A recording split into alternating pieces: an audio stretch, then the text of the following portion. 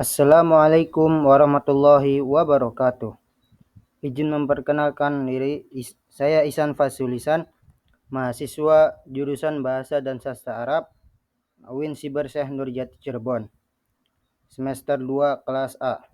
Saya di sini akan mempresentasikan tentang jenis-jenis kalimat berdasarkan unsur pembentuknya, yaitu kalimat nominal dan verbal. Pertama, kalimat nominal adalah kalimat yang memiliki predikat selain kata kerja dan biasanya terdiri dari subjek dan predikat. Lalu predikatnya bukan kata kerja verbal akan tetapi berupa nomina, kata benda, adjektiva, kata sifat, adverbia, kata keterangan, kata bilangan, dan kata ganti. Ciri-ciri dari kata nominal adalah yang pertama tidak mengandung kata kerja. Yang kedua, menjelaskan keadaan, identitas, atau sifat. Lalu, contoh dari kalimat nominal adalah sebagai berikut. Yang pertama, saya seorang pelajar. Pelajar di sini adalah kata benda. Terus yang kedua, kami ada di sini. Di sini adalah kata keterangan. Lalu dia marah. Marah di sini adalah kata sifat. Buku saya ada dua. Dua di sini adalah kata bilangan. Sepatu merah itu milikku. Milik di sini adalah kata ganti. Terus yang kedua adalah kalimat verbal. Apa itu kalimat verbal? Kalimat verbal adalah kalimat yang memiliki predikat kata kerja verbal yang menunjukkan tindakan atau aktivitas. Ciri dari kalimat verbal adalah yang pertama adanya kata kerja sebagai predikat. Yang kedua menunjukkan aktivitas, proses atau kejadian. Contoh dari kalimat verbal adalah sebagai berikut. Yang pertama, dia pergi ke sekolah dengan berjalan kaki. Berjalan di sini itu adalah predikat yang berupa kata kerja. Terus ayah membaca koran. Membaca adalah kata kerja. Mereka sedang bermain bola. Sedang bermain menjadi predikat yang berupa kata kerja. Lalu jumlah klausa, kalimat sederhana atau simpleks dan kompleks. Yang pertama, kalimat simpleks atau yang bisa disebut dengan kalimat sederhana bisa dibilang merupakan pola kalimat paling sederhana dibandingkan pola kalimat lainnya. Kalimat ini sering disebut sebagai kalimat tunggal karena memang hanya terdiri dari satu buah klausa saja. Klausa sendiri adalah gabungan beberapa kelompok kata yang terdiri dari minimal subjek dan predikat, sehingga sudah bisa membentuk arti yang lengkap sebagai sebuah kata. Meskipun kalimat simpleks hanya terdiri dari satu klausa saja, bukan berarti kalimat simpleks selalu pendek. Ada kalanya kalimat simpleks cukup panjang, karena disertai keterangan, pelengkap, dan lainnya. Untuk lebih memahami tentang kalimat kompleks atau sederhana, saya akan berikan contoh. Contohnya adalah Diana sedang memasak. Diana menjadi subjek dan masak menjadi predikat. Budi dan Andy akan membuat grup musik. Buji menjadi subjek, membuat menjadi predikat, dan grup musik itu objek. Tugas kakak adalah mengawasi kami semua di rumah.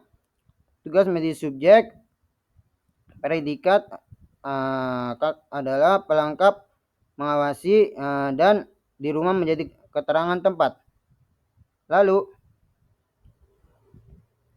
ciri-ciri kalimat simpleks atau sederhana adalah yang pertama, tidak menggunakan konjungsi atau kata penghubung. Lalu, struktur kalimat biasanya SP, subjek predikat, atau SPO, subjek predikat objek, atau bisa juga SPOK, yaitu subjek predikat objek dan keterangan. Jika dilihat dari contoh di atas, bisa disimpulkan bahwa kalimat simpleks adalah kalimat yang hanya terdiri atas satu subjek dan satu predikat saja. Kamu bebas untuk menambah unsur penyusun kalimat lain seperti keterangan waktu, keterangan tempat, dan keterangan alat di dalam kalimat. Lalu yang kedua adalah kalimat kompleks. Kalimat kompleks atau populer dikenal sebagai kalimat majemuk bertingkat merupakan pola kalimat yang terdiri dari dua buah klausa. Salah satu klausa dalam kalimat kompleks adalah bagian dari klausa lainnya yang disebut sebagai klausa subordinatif. Hal ini karena dalam jenis kalimat kompleks terjadi perluasan oleh salah satu unsur kalimat. Klausa utama adalah klausa yang menjadi tempat bersandarnya klausa subordinatif. Klausa utama kadangkala disebut sebagai induk kalimat, sementara klausa subordinatif disebut anak kalimat. Contohnya, baju yang sempat viral itu didesain oleh perancang populer asal Semarang, Jawa Tengah. Lalu contoh lainnya adalah ayah dan ibu baru datang saat penampilanku sudah selesai. Bu guru bilang bahwa ulangan matematika akan diadakan minggu depan. Kalimat yang digaris miring pada contoh kalimat majemuk bertingkat di atas merupakan klausa subordinatif karena menjadi perluasan dari unsur klausa utamanya yang tidak digaris miring. Ciri-ciri dari kalimat kompleks adalah: yang pertama, menggunakan konjungsi atau kata penghubung untuk menghubungkan klausa utama dan klausa subordinatif. Yang kedua, mengandung minimal dua subjek dan dua predikat dalam satu kalimat. Ketiga, klausa subordinatif tidak bisa berdiri sendiri sebagai kalimat lepas. Kesimpulannya, yang pertama, berdasarkan unsur pembentuknya. Kalimat nominal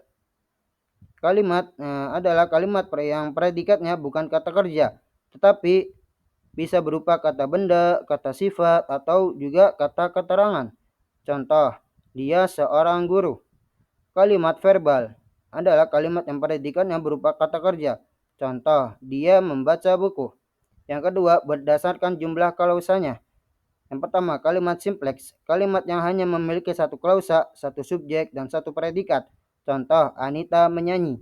Kalimat kompleks yaitu kalimat yang memiliki dua klausa atau lebih, bisa berupa kalimat majemuk atau juga kalimat bertingkat. Contoh, Anita menyanyi sementara adiknya menari. Mungkin cukup dari saya. Barangkali ada yang kurang, mohon dimaafkan.